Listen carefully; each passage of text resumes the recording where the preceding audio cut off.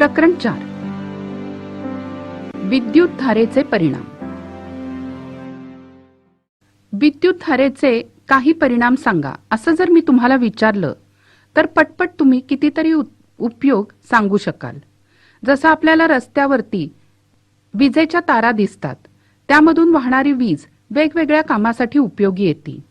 तेथूनच वीज आपल्या घरामध्ये येते आणि घरामध्ये आपण विजेचा उपयोग दिवे लावण्यासाठी, पंखे लावण्यासाठी, टीव्ही बघण्यासाठी, मिक्सर, फ्रीज अशी उपकरणे चालू ठेवण्यासाठी करतो. साधी दारावरची बेल सुद्धा आपल्याला वाजवायची असेल तर आपल्याला विजेचाच उपयोग होतो. म्हणजेच थोडक्यात सकाळी उठल्यापासून रात्री झोपेपर्यंत प्रत्येक छोट्या मोठ्या कारणासाठी आपण वीज वापरतो. आता बघूया विद्युत परिपथामध्ये ऊर्जेचं स्थानांतरण कसं होतं. या ठिकाणी आपल्याला विद्युत परिपथ दिसतोय.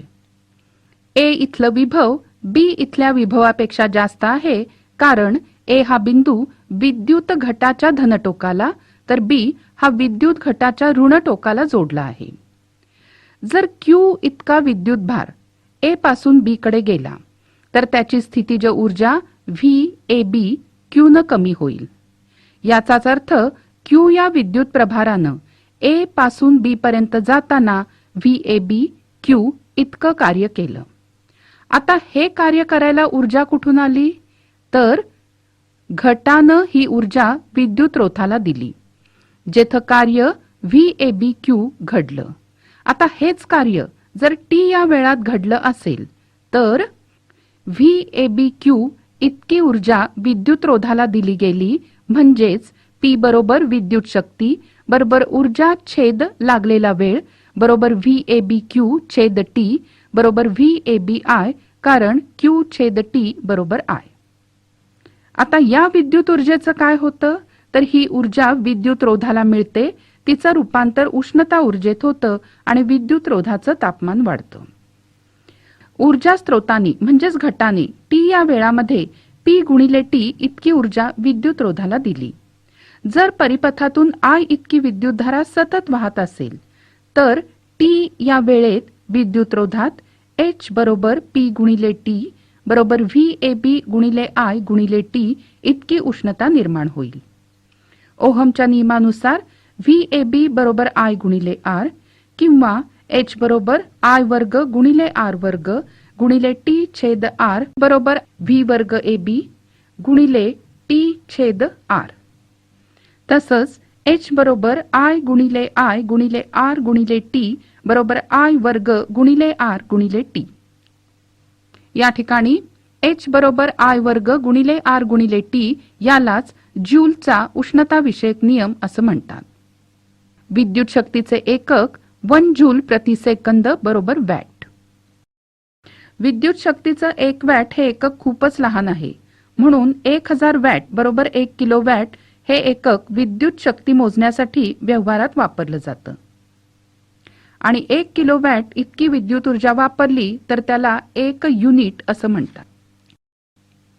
यानंतर विद्युत धारेचे औष्णिक परिणाम.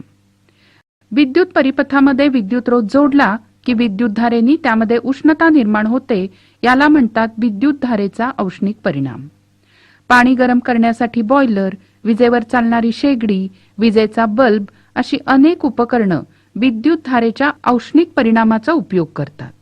ज्या वाहक पदार्थाची रोधकता जास्त आहे अशा वाहक पदार्थांचा इथं उपयोग होतो. जसं नायक्रोम या मिश्रधातूचा उपयोग विजेच्या शेकडीत विद्युत रोध म्हणून करतात, तर विजेच्या बल्बमध्ये टंगस्टन तारेचा उपयोग करतात. विद्युत धारेमुळे ही तार तापते सुमारे 3400 सेल्सिअस पर्यंत आणि त्यातून प्रकाश बाहेर पडतो.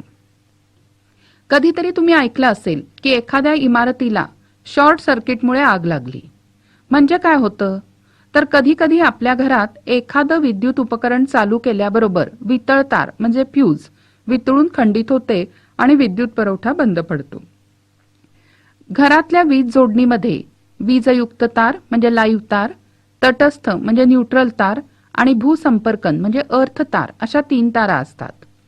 वीजयुक्त आणि तटस्थ तारांमध्ये 220 व्होल्ट इतकं विभवांतर असतं.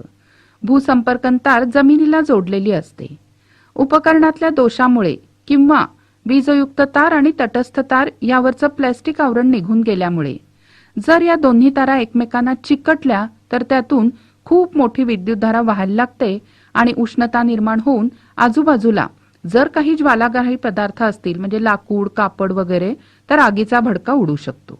आणि यासाठी खबरदारी म्हणून वितळ तारेचा म्हणजेच फ्यूजचा उपयोग असतो. या वितळ तारेमुळे उच्च विद्युतधारा परिपथात वाहताच वितळ तार वितळते, परिपथ खंडित करते आणि अनर्थ टळतो. अनेक वेळेला सायंकाळी घरोघरी दिवे, पंखे, वातानुकूलन यंत्र या सर्वांमुळे मोठ्या प्रमाणात विद्युत शक्ती वापरली जाते. अति प्रमाणात विद्युतधारा विद्युत पुरवठा करणाऱ्या ट्रान्सफॉर्मरकडून ओढली जाते आणि जर ट्रान्सफॉर्मरची तेवढी क्षमता नसेल तर वितळ तार वितळते, पुरवठा बंद होतो. ही घटना अतिभाराने म्हणजे ओव्हरलोडिंगमुळे घडते. हल्ली अनेक घरांमध्ये MCB या नावाने ओळखली जाणारी एक कळ बसवली जाते. विद्युतधारा अचानक वाढली तर ही कळ खुली होऊन परिपथ बंद पाडते. मात्र संपूर्ण घरासाठी वितळ तारच वापरली जाते.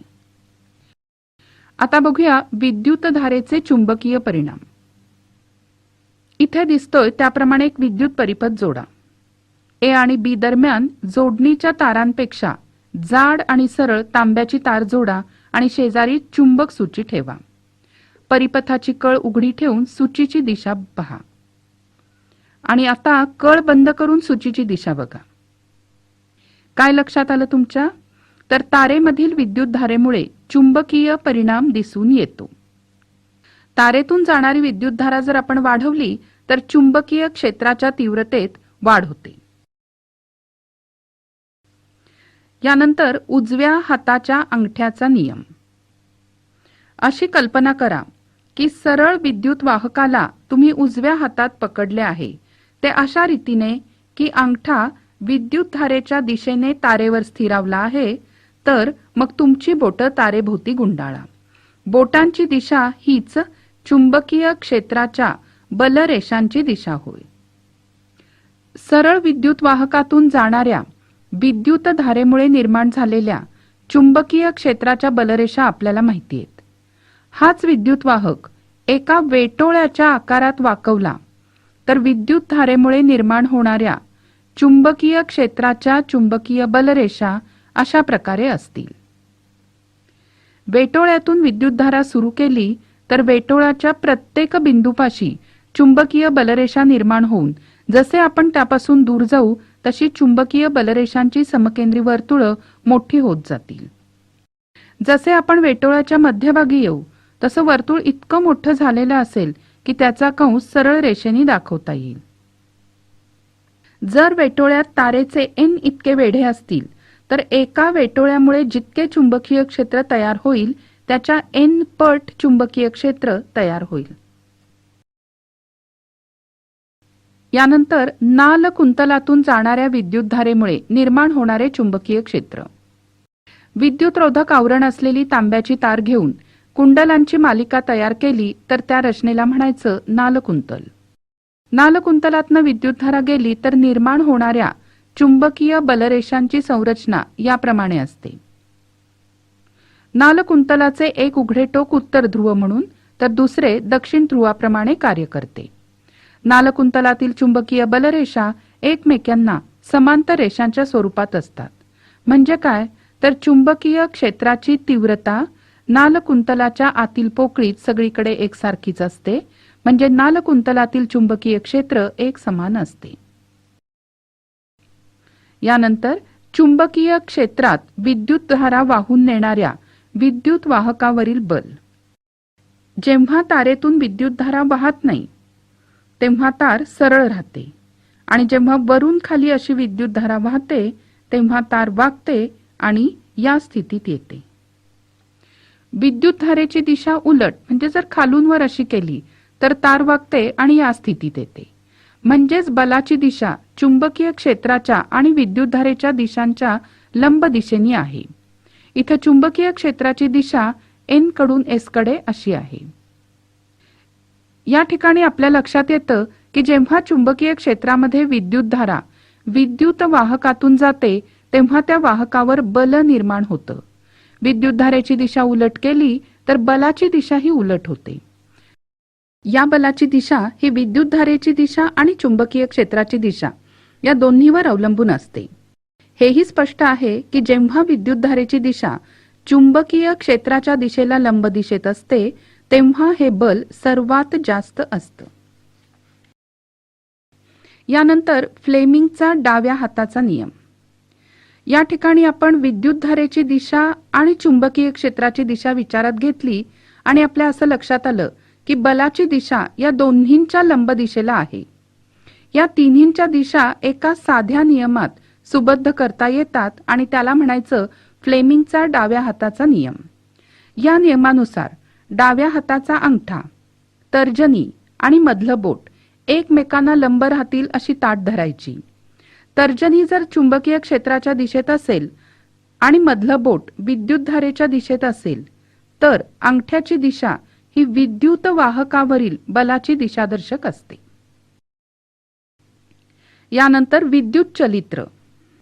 विद्युत ऊर्जेचं यांत्रिक ऊर्जेत रूपांतर करणारं यंत्र म्हणजे विद्युत चलित्र. याचा वापर पंखे, शीतकपाटे, मिक्सर, धुलाई यंत्र यामध्ये केलेला असतो. आता हे विद्युत चलित्र कसं कार्य करतं ते बघूया.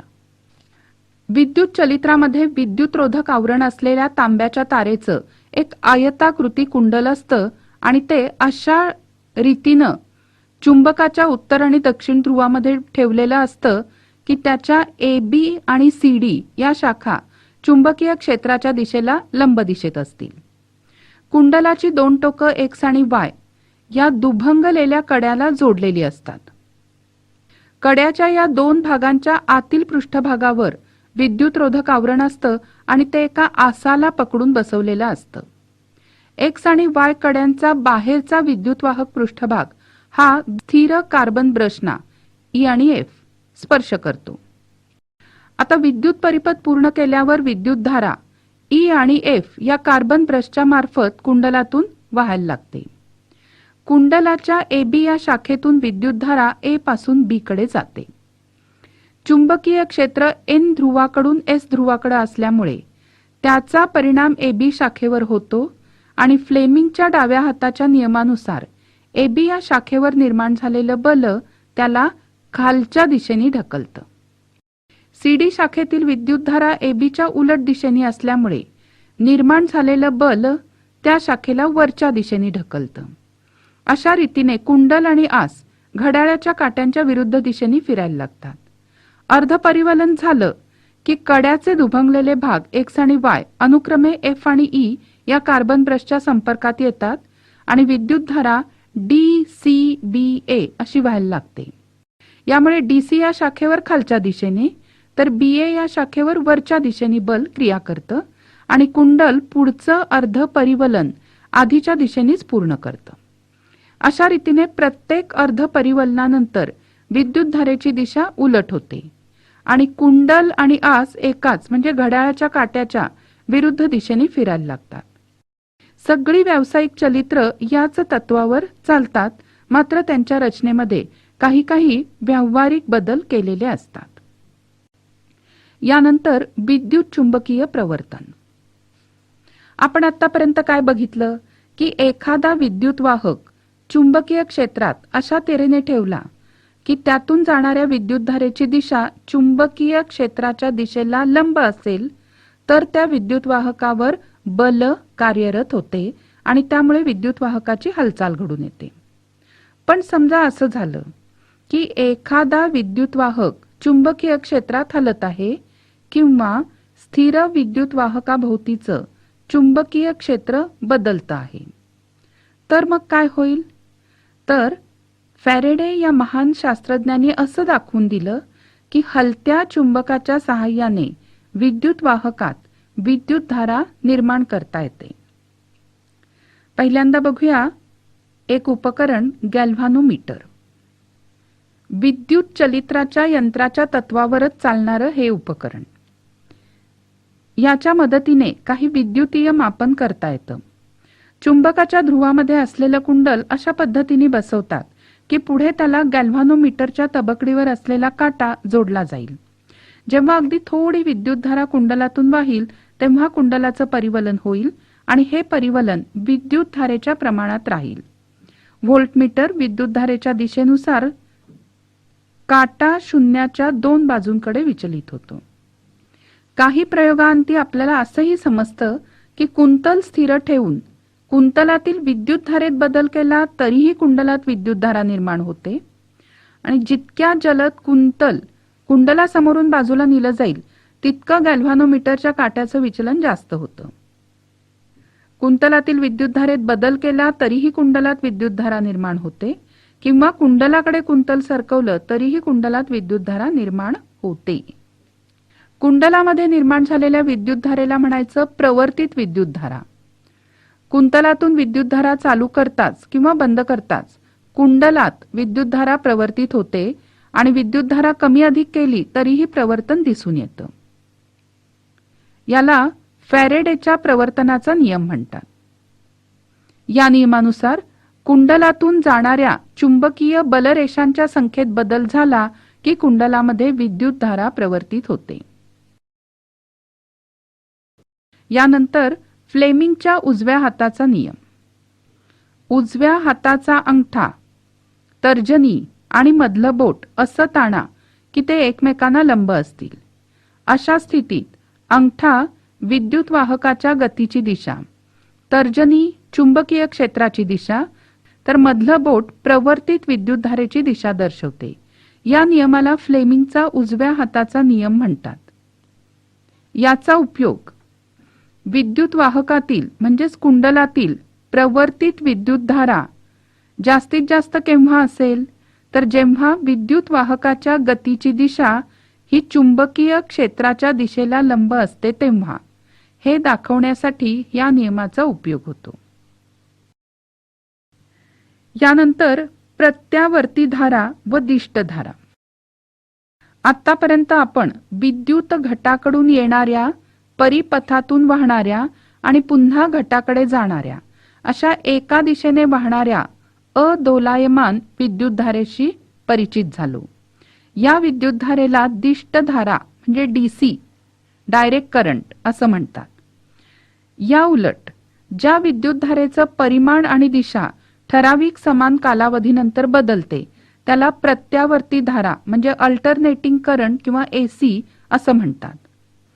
विद्युत शक्ती लांबवर नेताना ती प्रत्यावर्ती रूपात वाहून नेणं फायदेशीर ठरतं. याचं कारण दिष्ट विद्युत धारेपेक्षा प्रत्यावर्ती धारेमुळे शक्तीत कमीत कमी घट होऊन पारेषण म्हणजेच ट्रान्समिशन करता येतं. दिष्ट धारा ही वाढू शकते, स्थिर असू शकते किंवा कमी पण असू शकते, पण ती दोलायमान नसते. मात्र प्रत्यावर्ती धारा ही दोलायमान धारा आहे.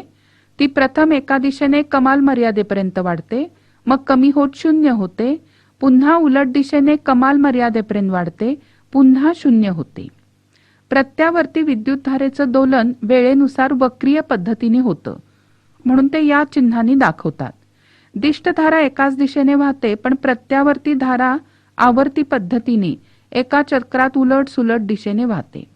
भारतात सगळीकडे एक चक्र 1/100 सेकंदांनी बदलतं. म्हणजेच प्रत्यावर्ती धारेची वारंवारता 50 हर्ट्झ म्हणजे सेकंदाला 50 सायकल इतकी असते. घरगुती वापरासाठीचा विद्युत पुरवठा हा प्रत्यावर्ती धारेचा असतो म्हणजेच एसी असतो. यानंतरचं उपकरण आहे ते म्हणजे विद्युत जनित्र. मानवाच्या वापरासाठी मोठी विद्युतधारा निर्माण करण्यासाठी याचा वापर होतो. येथे यांत्रिक ऊर्जेचा वापर विद्युत वाहक कुंडल अक्षाभोवती चुंबकीय क्षेत्रात फिरवण्यासाठी आणि त्याद्वारे वीज निर्मितीसाठी होतो. या ठिकाणी आपल्याला अक्षाभोवती फिरणारं तांब्याच्या तारेचं कुंडल ABCD दिसतंय. ते चुंबकाच्या 2 ध्रुवात आहे आणि कुंडलाची 2 टोकं R1 आणि R2 या 2 विद्युत वाहक कड्यांना कार्बन ब्रशांमार्फत जोडलेली आहेत.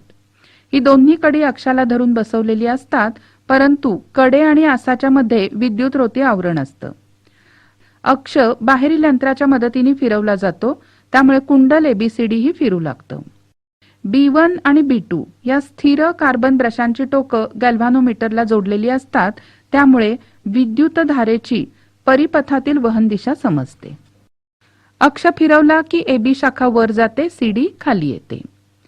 म्हणजेच हे कुंडल घड्याळाच्या काट्यांच्या दिशेत फिरू लागते. फ्लेमिंगच्या उजव्या हाताच्या नियमाप्रमाणे AB आणि CD या शाखांमध्ये प्रवर्तनाने विद्युतधारा निर्माण होते. ती A पासून B कडे आणि C पासून D कडे अशा दिशेने जाते. अशा रीतीने ABCD अशी विद्युतधारा वाहू लागते. पुढील परिपथात B2 कडून गॅल्व्हॅनोमीटरमधून B1 कडे अशी विद्युतधारा वाहते. जर ABCD या एकाच कुंडलाच्या ऐवजी अनेक वेढे असलेले कुंडल जोडलं तर अनेक पटीने विद्युतधारा वाहते आणि मोठी विद्युतधारा निर्माण होते. अर्ध्या परिवलनानंतर AB ही शाखा CD च्या जागी आणि CD ही शाखा AB च्या जागी येते. त्यामुळे प्रवर्तित विद्युतधारा DCBA अशी जाते. मात्र BA ही शाखा कड्यामार्फत B1 या ब्रशच्या संपर्कात असते आणि DC ही शाखा B2 या ब्रशच्या संपर्कात असते. त्यामुळे बाहेरील परिपथात विद्युतधारा B1 कडून B2 कडे म्हणजे आधीच्या अर्ध परिवलनाच्या उलट दिशेने वाहते. प्रत्येक अर्ध परिवलनानंतर हे घडतं आणि प्रत्यावर्ती धारा निर्माण होते. हेच प्रत्यावर्ती विद्युतधारा जनित्र म्हणजेच AC जनरेटर आहे. दिष्ट जनित्र म्हणजे DC जनरेटर तयार करायचं असेल तर काय करायचं? तर दिष्ट विद्युतधारा बाहेरील परिपथात दिशा बदलत नाही. त्यासाठी विद्युत चलित्रासाठी दुभंगलेले कडे वापरले, तसेच एक दुभंगलेले कडे अक्षावर बसवलेले असते. या व्यवस्थेमुळे कुंडलाची वर जाणारी एक शाखा सतत एका ब्रशच्या संपर्कात तर खाली सतत दुसऱ्या ब्रशच्या संपर्कात राहते. त्यामुळे बाहेरील परिपथात एकाच दिशेने विद्युतधारा वाहते. या जनित्राला दिष्ट जनित्र म्हणजेच DC जनरेटर म्हणतात.